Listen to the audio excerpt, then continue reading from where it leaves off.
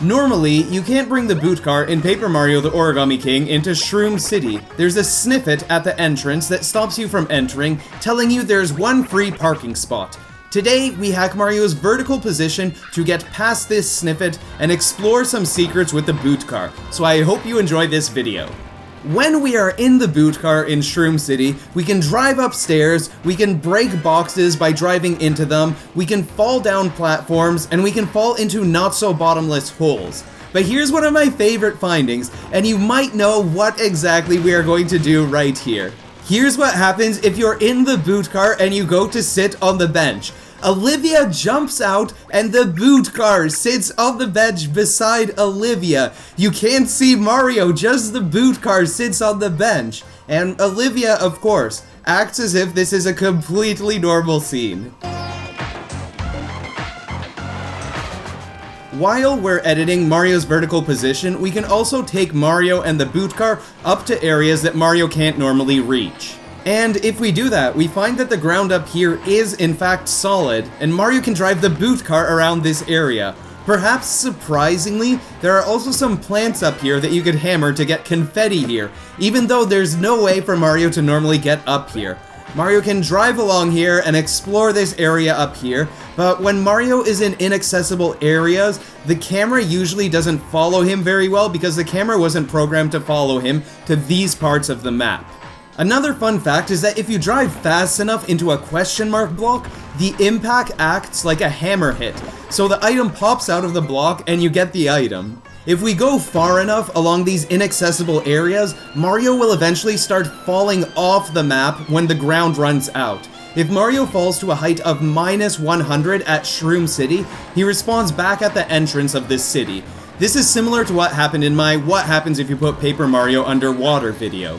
Here's something interesting, and there's an explanation for why this happens. If you get into the boot car, you stand by a body of water, and you move the joystick towards the body of water, Mario disappears. And at first this might seem a bit strange, but there's actually a good reason for this. Do you remember what normally happens when Mario tries to walk into water or walk off of a ledge?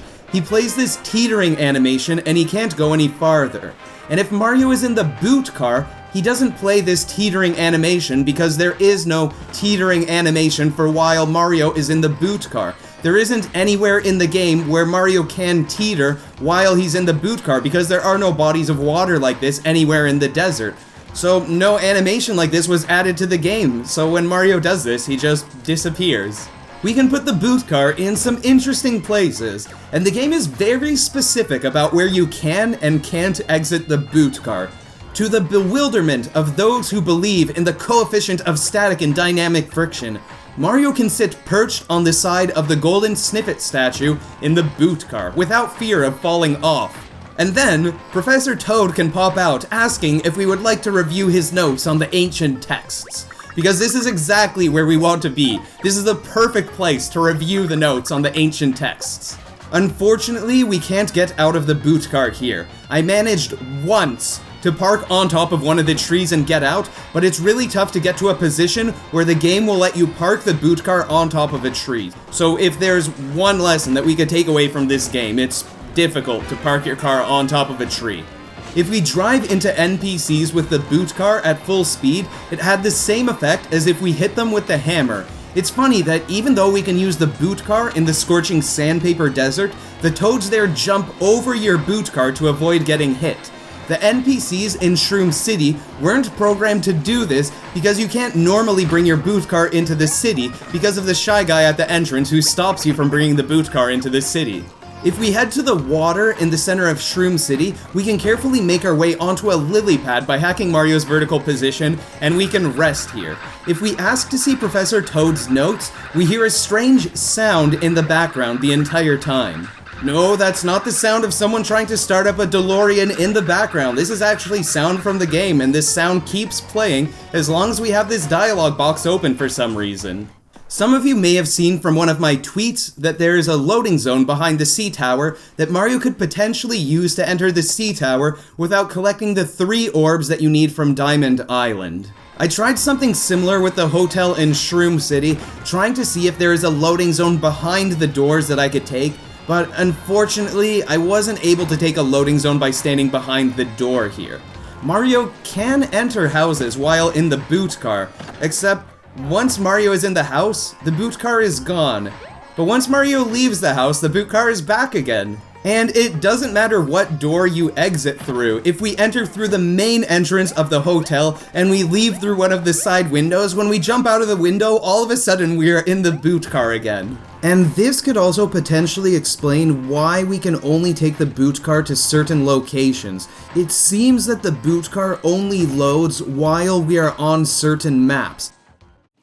One advantage of entering a house with the boot car and then leaving to be in the boot car again is that the Professor Toad follower follows you on foot instead of being in the boot car with you. Yes, you must walk on foot, my dear peasant. This boot car is for royalty only. You must follow Olivia and I on foot. We will start a parade through the desert with all of our friends. Jokes aside, if you want Professor Toad to come back into the boot, all you have to do is exit the boot car and re-enter, and the game will work normally now. And there is one strange thing you can do while Professor Toad is following you on foot. If Professor Toad is following you on foot, and you ask him to review his notes, then he disappears temporarily. Do you remember this Shy Guy that wanted to be launched? If we try jumping on the seesaw, the Shy Guy says that's weak and he wants to be launched harder, that guy? Well, let's climb onto the roof here with our boot car. And with the full force of our vehicle, we can launch this Shy Guy into space like we're taking part in Elon Musk's space program. And a quick announcement, a lot of you have been asking to see me play through Super Paper Mario. I haven't played through that game yet, so we are going to start the first ever playthrough that I've had of Super Paper Mario starting next week on Twitch.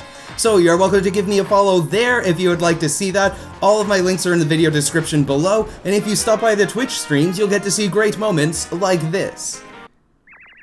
Greetings, my good man. This is the floor for a jump attack. Wait, why did they call me man? Mario, you don't have enough coins. And then the game crashes. Okay. So a big thank you to you for watching this video. Thank you for sticking around to the end of the video. We will have more hacking and modding and challenge and speedrunning videos coming soon. Hope to see you in those videos. Wishing all of you a lovely day. A big thank you to my Patreon supporters, and take care, everybody.